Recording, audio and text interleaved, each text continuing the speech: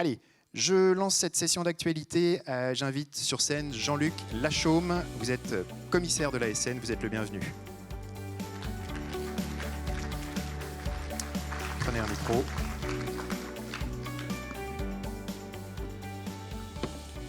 Alors avec vous, Jean-Luc Lachaume, nous allons aborder le partenariat de la future ASNR avec les CLI et l'ANCLI pour développer la culture de radioprotection.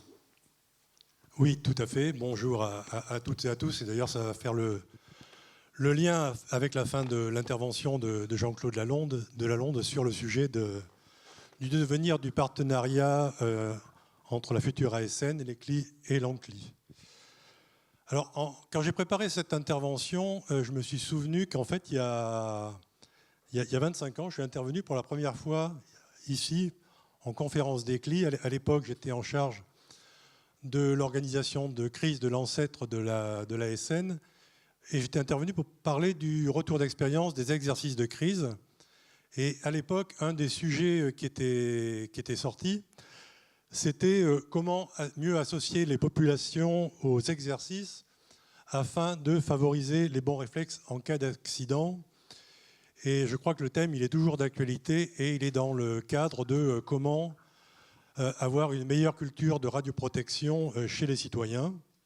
Et d'ailleurs, c'est ce que demande la loi du 21 mai qui crée l'ASN en confiant à l'ASN une mission de contribuer à améliorer la culture de radioprotection chez les citoyens. Et quand je leur dis qu'il y a 25 ans, on en parlait déjà, ça veut dire qu'il y a encore du chemin à faire pour y arriver. Et je pense que la deuxième partie de la journée, l'après-midi, sera intéressante de ce point de vue-là, sur comment mieux faire participer et contribuer les citoyens. Alors, il est clair que cette nouvelle mission sera réalisée avec les acteurs chargés d'informer le public et développer l'expertise citoyenne sur les activités nucléaires. Et quand je dis ça, je vais le répéter plusieurs fois au cours de cette intervention, mais les partenariats avec les CLI et l'ANCLI perdureront parce que l'information et la participation des publics seront pour la SNR une priorité. La volonté, c'est de capitaliser sur les expériences individuelles et collectives de l'ASN et de l'IRSN pour améliorer l'information et la connaissance des publics. Alors, j'ai prévu 2 points dans mon intervention. Le premier pour rappeler quand même où on en est aujourd'hui. Alors, je ne vais pas tout détailler, mais je vais rappeler quelques points sur ce que fait déjà l'ASN, sur ce que fait l'IRSN, sur ce que font en commun l'ASN et l'IRSN déjà sur les sujets. Et puis, dans une deuxième partie, j'évoquerai ce que pourra faire l'ASNR. Alors, pour commencer, côté ASN, ce que je peux dire, c'est que l'ASN soutient depuis l'origine le fonctionnement des CLI et en témoigne cette 36e conférence. Pour l'ASN, le bon fonctionnement des CLI contribue à la sûreté et donc entretenir avec les CLI et l'ANCLI un dialogue de qualité est important. L'ASN veille à assurer une information des CLI qui soit la plus complète possible, y compris en participant aux réunions publiques qui sont organisées. L'ASN favorise aussi le fonctionnement en réseau des chargés de mission des CLI en partenariat avec l'ANCLI. À leur demande, des CLI ont été accompagnés par l'ASN sur des sujets techniques, par des inspecteurs, sur des problématiques de diffusion de l'information par les responsables de la communication. Les inspecteurs de l'ASN peuvent également proposer aux représentants des CLI de participer à des inspections. Ça, je pense que c'est important. Ils incitent les exploitants nucléaires à faciliter l'accès des CLI aux dossiers, des procédures dans lesquelles les CLI sont amenés à donner un avis. Et l'ASN favorise aussi l'association des CLI et la préparation des exercices de crise. L'ANCLI aujourd'hui participe à différents groupes d'experts, des groupes de travail occasionnels qui sont mis en place par l'ASN sur des thèmes assez variés, tels que la la surveillance de l'environnement, les déchets, le post-accident, les facteurs sociaux, organisationnels et humains. Et de notre point de vue, cette participation et présence de l'ANCLI est importante parce qu'elle permet d'apporter le point de vue de la société civile. L'ANCLI entretient également un dialogue technique avec l'ASN et l'IRSN sur des sujets à fort enjeu et participe aux consultations publiques sur des questions nucléaires. À ce titre-là, je rappelle qu'en 2023, il y a eu 2 webinaires techniques importants qui ont associé les membres des CLI, un sur canicule et sécheresse et l'autre sur le problème de la corrosion sous contrainte. Et puis, pour terminer sur l'ASN, je souhaitais mentionner également une action qui me paraît importante et bien dans le cœur de la cible, c'est le fait que l'ASN organise des panels de citoyens avec le soutien des CLI pour tester au plus près du terrain des propositions pour gérer une éventuelle phase post-accidentelle. Et je pense que ces ateliers sont vraiment importants. Et donc, pour ce que fait l'ASN, tout doit se poursuivre. Côté IRSN, depuis la création de l'IRSN, et ça a été rappelé par Jean-Claude Delalonde, depuis 2003, une politique extrêmement active est menée en matière de partenariat avec les CLI et l'ANCLI. L'IRSN et les CLI sont engagés dans une démarche de dialogue, notamment en termes d'accès aux connaissances scientifiques et techniques de l'Institut.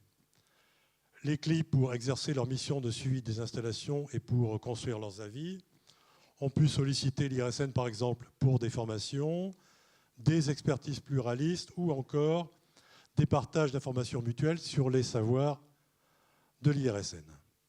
Et au-delà de ce partage, il s'agit pour l'IRSN, par cette interaction, d'enrichir ses expertises en prenant en compte les questionnements des membres de l'ANCLI et des CLI.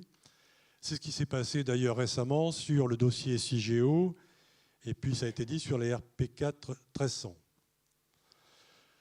Depuis l'accord de coopération de 2003 entre l'IRSN et l'ANCLI, de nombreuses actions ont été menées et qui se sont développées parce que d'abord, au début, c'était plutôt sur les sujets de santé et environnement, et puis après, c'est venu sur des sujets de sûreté. Et ça a permis 2 choses, je crois. D'une part, la montée en compétences techniques des membres des CLI, et aussi la montée en compétences, en capacité de dialogue des experts de l'IRSN. Je vais donner quelques exemples qui illustrent ce partenariat. Alors, je ne vais pas les citer tous parce que probablement que j'exploserai le temps de parole dans le cadre de cette démarche d'ouverture à la société de l'IRSN. Dans les territoires, on peut citer par exemple les démarches participatives de l'étude radiologique du site de Saint-Alban. On peut citer aussi les dialogues techniques pendant l'expertise de l'IRSN sur la DAC de CIGEO, comme sur les différents réexamens périodiques des réacteurs. L'IRSN et l'ANCLI collaborent au quotidien aussi sur le sujet de la mesure de la radioactivité via l'application qui s'appelle Open Radiation et qui est tout à fait intéressante, avec la participation de l'ANCLI au comité d'orientation des recherches de l'IRSN et au comité Odyssée. Pour piloter cette politique d'ouverture à la société, ça a été évoqué tout à l'heure par Jean-Claude Delalonde, il y a à l'IRSN un service dédié à la coordination, à la mise en œuvre de la politique d'ouverture à la société de l'Institut. C'est le service des politiques d'ouverture à la société qui dispose d'une charte visant notamment à améliorer l'évaluation des risques par un dialogue renforcé avec la société. Ce service a vocation à rejoindre tel quel l'ASNR. On peut aussi citer des démarches innovantes comme le réseau REV, qui est tout à fait intéressant et qui est un rendez-vous informel des experts de sûreté de la société civile et ceux de l'IRSN. Citer aussi que des serious games ont été développés depuis des années qui permettent aux membres des CLI et de l'ANCLI d'exprimer directement leurs questions et leurs demandes, par exemple. Et donc, là encore, toute la politique active qui est menée par l'IRSN doit se poursuivre. Je voudrais maintenant citer un certain nombre d'actions conjointes qui existent entre l'ASN et l'IRSN, parfois depuis bien longtemps, avec la première d'entre elles qui est une exposition dite radioactivité qui a été créée il y a longtemps, je ne saurais pas dire exactement quand, mais bien plus de 20 ans, par l'ASN et l'IRSN, qui est une exposition pédagogique pour développer les connaissances des citoyens sur le nucléaire. C'est une exposition qui a été modernisée, qui est adaptable aujourd'hui aux besoins, qui répond aux besoins d'information du public et qui peut être sollicitée et mise à disposition des CLI. D'ailleurs, elle l'a été et elle le sera encore. Exemple aussi de l'instruction de la demande d'autorisation de CIGEO, qui est un continuum de participation de l'instruction, de l'expertise et des décisions.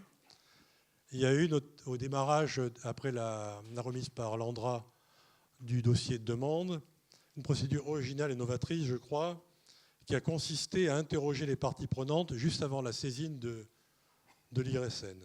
Ça, je crois que c'est intéressant. Et puis on peut citer aussi le dialogue technique tripartite ANCLI, CLIS de Bure et IRSN, qui continue pendant l'expertise et qui marche bien. Je voulais mentionner aussi l'exemple de la poursuite de fonctionnement des centrales nucléaires au-delà de 40 ans. Il y a eu pour les 32 réacteurs de 900 MW un exercice de concertation volontaire qui s'est tenu entre septembre 2018 et mars 2019 sous l'égide du Haut Comité à la transparence et qui a été porté par l'ANCLI, par l'ASN, par l'IRSN et par EDF. Et ce processus de concertation a été reconduit à peu près à l'identique pour les réacteurs de 1300 MW. Il s'est tenu au premier semestre de 2024 et il s'est conclu par un webinaire final le 30 septembre dernier. Et le bilan de cette concertation sera présenté d'ailleurs je crois, juste après mon intervention. Donc pour montrer qu'il y a de la cohérence là-dedans. Je peux citer aussi l'exemple des orientations des 5e réexamens de 900 MW qui est à venir. Sur ce sujet, l'ASN a élaboré une prise de position sur les orientations de ce réexamen qui sera mise en consultation publique du 14 octobre et entre le 14 octobre et le 10 novembre.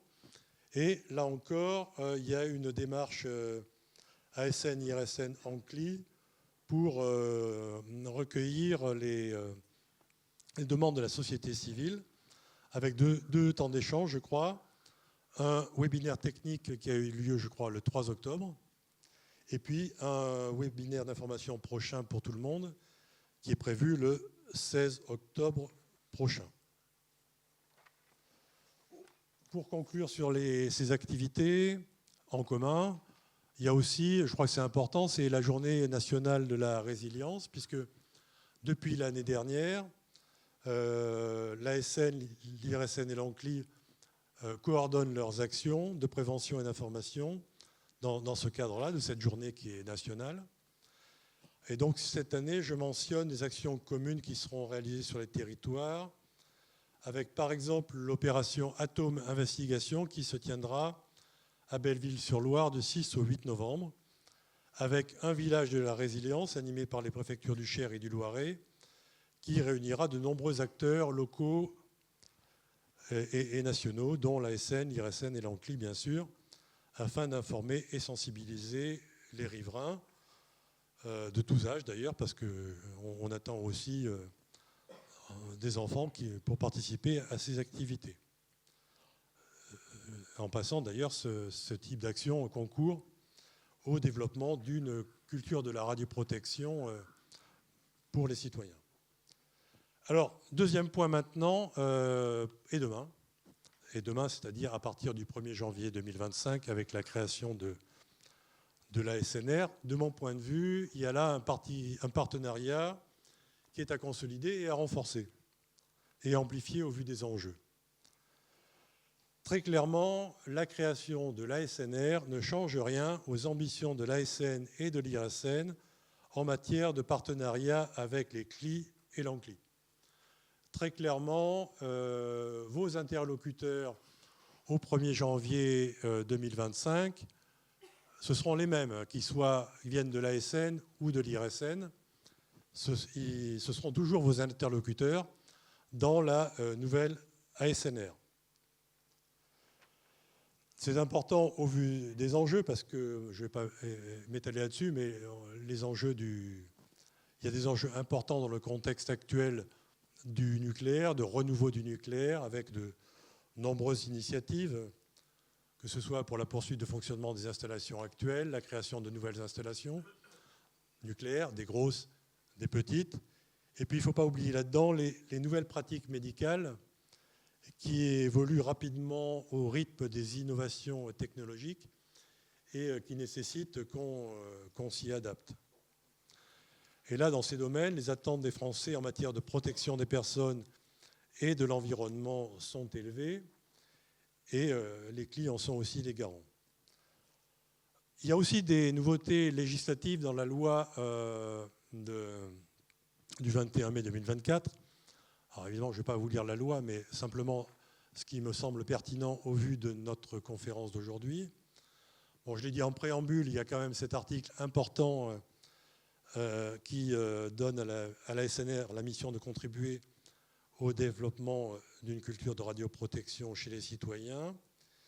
Et puis, il y a deux articles qui prévoient deux modalités qui me paraissent importantes en matière de transparence et qui devraient permettre d'aller plus loin. L'un, parce qu'il demande à la SNR de présenter à l'OPEXT et au comité de la transparence les sujets sur lesquels une association du public est organisée, ainsi que les modalités de mise en œuvre. Et je pense que dans le cadre de ce dispositif, l'ANCLI et les CLI seront amenés à jouer un rôle déterminant. Et il y a un deuxième sujet, c'est une demande qui est faite à la SNR de communiquer la nature et les principaux résultats des programmes de recherche qu'elle mène au comité et à la transparence. Donc je pense que ces nouveautés introduites par la loi sont le reflet de fortes ambitions en matière d'indépendance, d'intégrité et d'excellence dans la conduite des missions d'information du public, d'implication des parties prenantes et de transparence de la SNR. Et elles sont, je pense, une opportunité de progrès pour la SNR. Et donc, tout naturellement, je redis encore une fois, les activités de participation du public réalisées par la SN et l'IRSN se poursuivront. En matière de consolidation et développement du partenariat entre la SNR et les CLI, aujourd'hui la SN établit avec l'ANCLI un contrat d'objectifs pluriannuels qui fixe les grandes priorités d'action partagées sur 4 ans. Ce partenariat entre les deux organismes vise notamment à encourager les démarches pédagogiques à l'attention des CLI, l'échange d'expériences et la mise en commun d'informations, les réunions et les événements d'intérêt commun et le soutien logistique aux CLI. Est-ce que vous pouvez éloigner un peu votre micro ? Pardon ? Est-ce que vous pouvez éloigner un peu votre micro ? Oui, tout à fait. Merci. Ça, je devrais y arriver. Le financement de l'ANCLI et des CLI se fera via un nouveau programme qui s'appelle 235, ce qui montre que quand ils le veulent, les budgétaires peuvent avoir un peu d'humour. Et il est prévu aujourd'hui, je crois, à hauteur de 1,3 million d'euros. Il se poursuivra.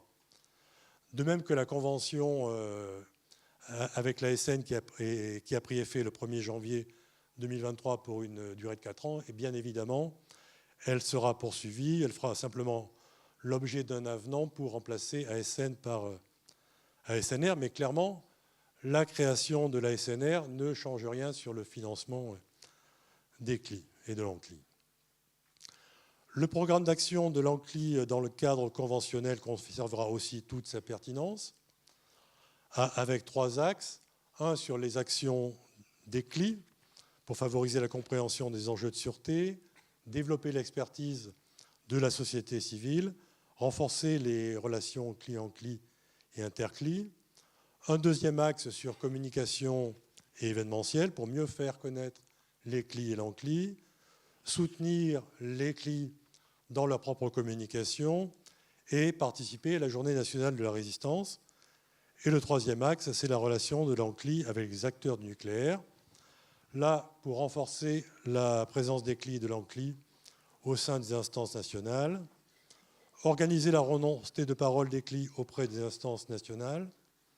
Et puis, au plan international, diffuser les informations partagées auprès des CLI dans les instances internationales, promouvoir les travaux des CLI, de l'ANCLI, là encore, au plan international, et développer la présence des CLI et de l'ANCLI dans ces instances. Donc, clairement, pour conclure, mon message est simple, c'est qu'il y aura une grande continuité des actions engagées par l'ASN et l'IRSN dans le cadre de l'ASNR. Dans l'optique de la création d'une nouvelle autorité, une implication forte de la société civile, et en particulier des CLI et de l'ANCLI, est toujours aussi nécessaire. Donc, le partenariat ASNR, ANCLI et CLI sera toujours un des moteurs de l'action de l'ASNR en matière d'information, de participation, de dialogue et de transparence dans l'esprit de la Convention d'Aarhus. Donc, pour moi, j'y vois là une opportunité clairement pour l'ASNR de faire plus et peut-être que 1 + 1 soit supérieur à 2. Et pour faire le lien avec la suite, et terminer quand même, un des enjeux, c'est effectivement d'avoir un engagement effectif des acteurs de la société civile. Et donc, ça rejoint le thème de l'après-midi, nucléaire et territoire, comment susciter l'engagement. Et je me permets d'ailleurs de faire un teaser pour les enseignements qui sont particulièrement instructifs de l'enquête qualitative Verian ASN ANCLI sur les attentes des riverains des centrales nucléaires en matière d'information. Cette présentation sera faite juste après le repas, mais ça vaut le coup vraiment d'y assister, même si c'est après le repas, qui n'est pas forcément le moment le plus facile pour ça. Voilà, je crois que j'en ai terminé. Merci beaucoup Jean-Luc Lachaume. Vous en avez terminé avec votre présentation et nous pouvons entamer donc une session de questions-réponses. Mes 2 collègues hôtesses sont là pour vous apporter un micro si vous levez la main ou si vous envoyez sur le 06 dont je vous ai parlé. Je recevrai la question sur la tablette. Oui, monsieur. Bonjour. Bonjour, Alain Rousiès, UFC Que Choisir, Rouen-Panly, mais aussi UFC Que Choisir. Je suis un peu surpris, monsieur Lachaume, que vous nous disiez en fin de parcours que d'un point de vue financier, il n'y aura pas de problème. Alors si j'ai bien compris, le point de vue financier, c'est le rapport par rapport à nos moyens qui sont donnés à l'ANCLI, proprement dit, et au CLI. Mais derrière ça, il y avait quand même une interrogation forte sur, il me semble, ce que M. Doroszczuk a levé comme lièvre, c'est une baisse forte qui est demandée qui est demandée par l'État pour soutenir le travail de la structure ASN IRSN. Et puis d'autre part, j'aurais aimé quand même que vous fassiez un petit focus sur ce qui est en train de se passer, comment ça se passe, comment on prévoit au 1er janvier d'être opérationnel.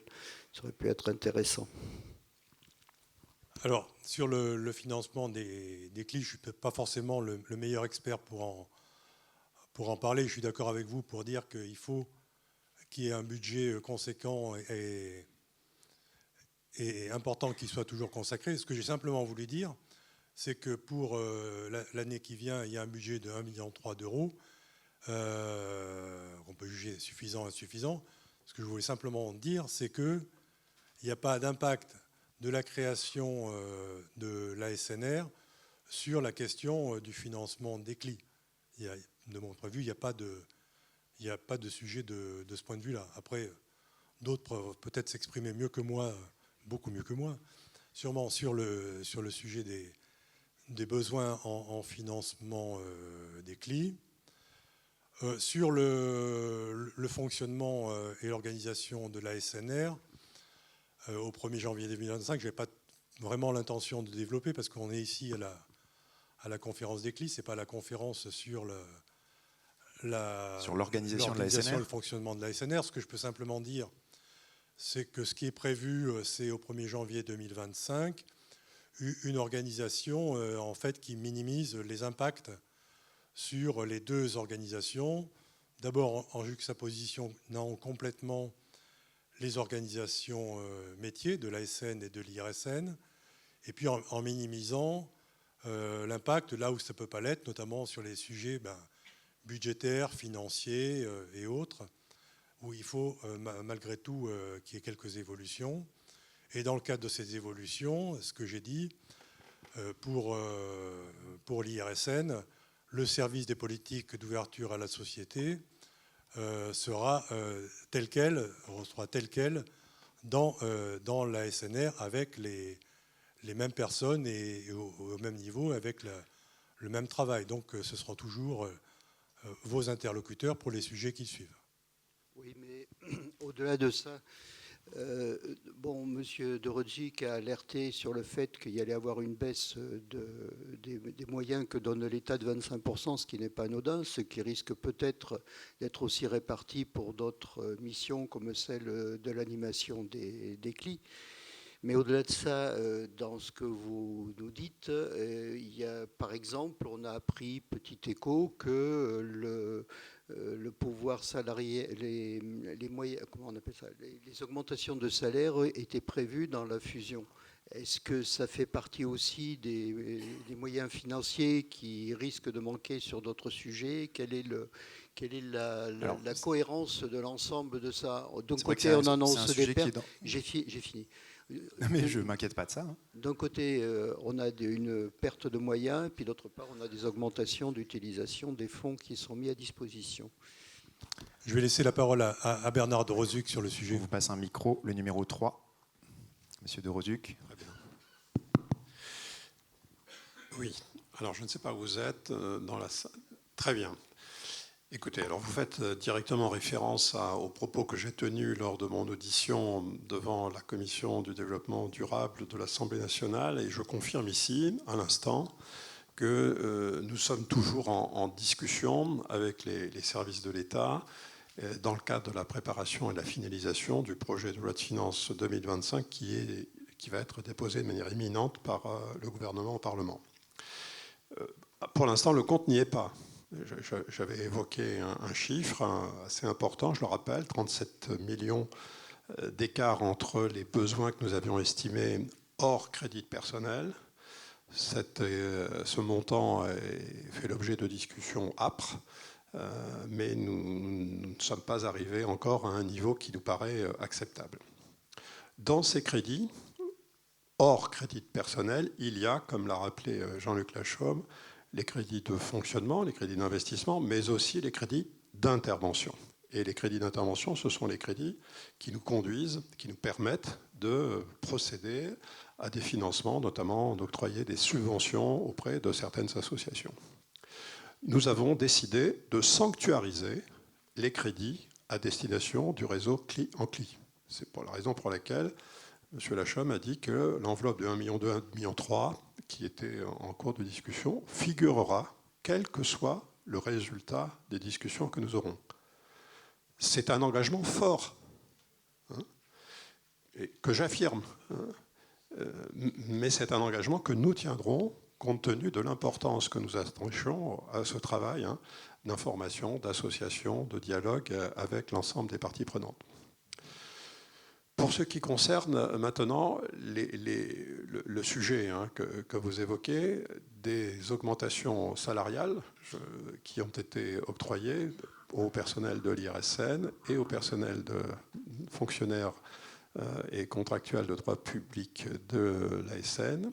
Là encore, les augmentations qui ont été prévues et qui auront, lorsqu'elles sont pérennes, des incidences sur 2025, ont été introduites dans l'enveloppe des crédits de personnel. Et donc, il n'y aura pas de retour en arrière sur cette situation. Mais la situation globale est tendue et nous sommes toujours en cours de discussion.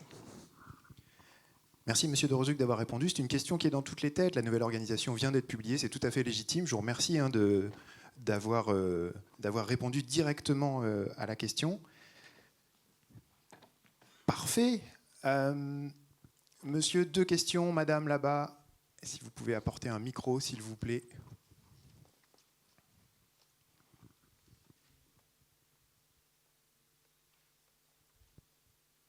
Bonjour. Bonjour. Christine Ellison, je fais partie de la CLIN Paluel-Panly, où je représente l'ACRO, l'association de contrôle pour la radioactivité dans l'Ouest. Là, je vais faire une remarque de simple citoyenne. Quand on me demande dans quel engagement je suis, associatif bien sûr, et que je parle de la CLI, tout le monde me demande ce que c'est. En fait, nous, on appelle notre CLI la CLIN, parce qu'il y a quelques années, des membres du collège avaient insisté pour que le mot nucléaire figure dans l'appellation. Et moi, il me semble absolument indispensable, si vous voulez vraiment être plus parlant au niveau de la société civile, c'est d'ajouter ce mot nucléaire, dire les choses, quoi. Parce que quand on parle des CLI, commission locale d'information, c'est très bien, mais sur quoi? Voilà, merci. Donc, merci. Monsieur devant, qui lève son programme. Bonjour monsieur. Merci. Florian Guillot, je suis trésorier de l'Ancli et trésorier de la CLIN du Blayais. Alors, d'abord, les propos de M. Lachaume me rassurent, puisqu'il nous confirme que la dotation annuelle existante sera maintenue. Simplement, je rappelle à M. Lachaume que notre objectif, ce n'est pas ça.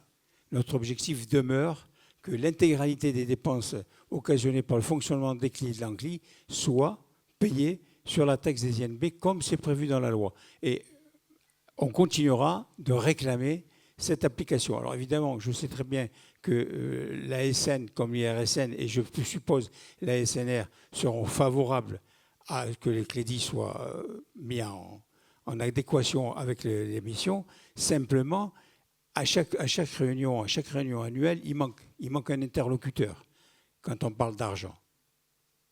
Il manque un interlocuteur valable, c'est un interlocuteur de Bercy. On continuera le combat, on continuera à réclamer de l'argent. Simplement, ce que je veux rappeler, c'est que les CLI et l'ANCLI ne peuvent pas être des supplétifs de la politique expansionniste de la France concernant sa décision d'intéresser la société civile aux activités d'électronucléaire. Simplement, si nous n'avons pas les moyens de mener à bien une véritable politique de transparence. Merci, monsieur. Je pense que ça n'appelle pas forcément de réponse. Pour ma part, je suis d'accord avec vous sur le fait qu'il est inscrit dans la loi que la taxe, pour une petite partie de la taxe INB, elle puisse servir aux commissions locales d'information. L'ASN a toujours soutenu ça, mais ce n'est pas l'ASN qui est en charge des questions budgétaires.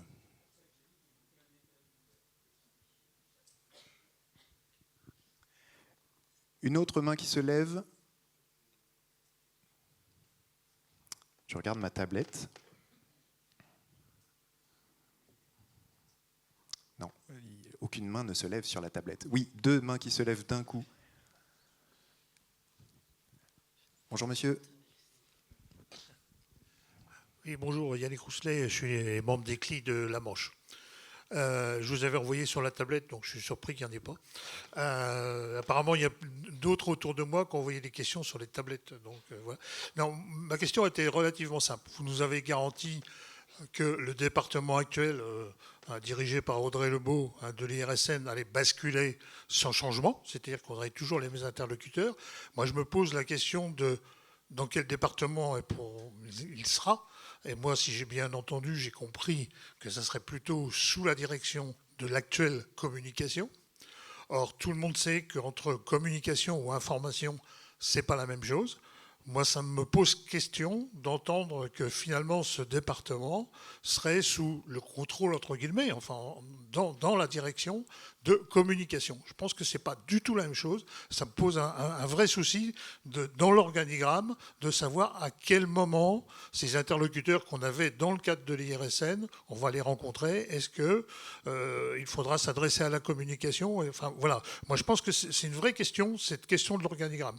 Moi, je suis actuellement sur une position de pensée qu'ils doivent garder leur structure et leur indépendance et en tout cas ne pas être chapeautés par la com. Alors, pour répondre à votre question, M. Rousselet, effectivement, l'objectif à la SNR, ce n'est pas de mettre sous le boisseau la politique d'ouverture à la société. Effectivement, il se trouve que dans l'organisation qui sera en place au 1er janvier 2025, il y aura une direction relations, participation et communication. Ça veut dire qu'effectivement, il y a divers métiers, mais qui ne seront pas fusionnés et pas fondus. L'objectif, c'est bien que chaque métier puisse continuer à travailler, alors avec des synergies quand il y en a, parce que, par exemple, aujourd'hui, à l'ASN, vous avez dans cette direction qui est sur l'information du public, qui a des actions vis-à-vis des CLI et de l'ANCLI, et donc il y a quand même une certaine logique à les rapprocher, mais il ne s'agit clairement pas que ce soit la communication qui guide l'ouverture à la société, ou vice-versa d'ailleurs. Clairement, on sera vigilant là-dessus. Il y a bien une volonté de séparer ces activités qui sont bien sûr complètement différentes. Les questions sont arrivées, monsieur. Vous m'avez forcé à être un peu plus curieux sur l'outil. Voilà. Alors, deux questions que je réunis en une, Jean-Luc. La loi donc modifie, c'est comme ça que c'est formulé, que les résultats des expertises désormais ne seraient disponibles qu'au moment de la décision. Donc comment maintenir l'accès à l'expertise en amont dans ces conditions? Alors, il y a effectivement un principe général qui est dans la loi sur les publications des décisions de la SNR et concomitamment avec les résultats des expertises. Mais ce que prévoit la loi, c'est qu'il puisse y avoir des dispositions particulières prévues dans le règlement intérieur de la SNR pour en faire en sorte qu'il n'y ait pas de régression par rapport à la situation actuelle. Alors les rédactions ne sont pas encore arrêtées parce qu'on travaille au collège justement à la rédaction de ce règlement intérieur qui est prévu pour entrer en vigueur, mais une fois que la SNR sera créée, et donc pas avant janvier 2025. Mais donc sur ces sujets-là, il y a des dispositions qui seront prévues dans le règlement intérieur, oui, de façon à ce qu'il n'y ait pas de régression en matière de transparence. Jacques Terraché de la CLI de Civaux. Dans le cadre de la communication, dans la nouvelle organisation, où en est-on dans l'idée de mettre en place une foire aux questions qui permettrait donc aux citoyens, tout simplement, et évidemment aux membres des CLI qui s'intéressent aux choses, d'interpeller, de poser des questions qui se posent très souvent pour expliquer et comprendre ce qui se passe dans les centrales. Au niveau de la radioprotection, ça me paraît très important de pouvoir établir un dialogue direct avec des gens compétents à l'ASN qui pourraient suivre, comme on dit quelquefois, en temps réel, répondre très rapidement aux questions qu'on peut se poser. Alors, je pense que le bon lieu pour poser toutes les questions qui sont relatives au fonctionnement direct des installations, c'est quand même les commissions locales d'information. Maintenant, il y a aujourd'hui déjà sur les sites de l'ASN et de l'IRSN la possibilité de poser des questions auxquelles on répond. On est tenu par la loi de répondre aux questions qui sont posées et on le fait.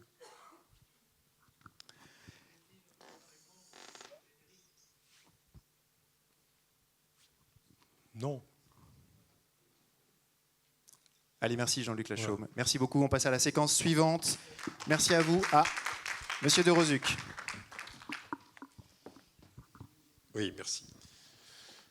Oui, je voudrais me permettre dans cette séquence de dire un mot, à destination du personnel de l'ASN. Il a été à plusieurs reprises dans cette séquence, et à travers vos questions, évoqué la nécessité de maintenir la relation qui existe entre les services de l'IRSN et les CLI l'ANCLI.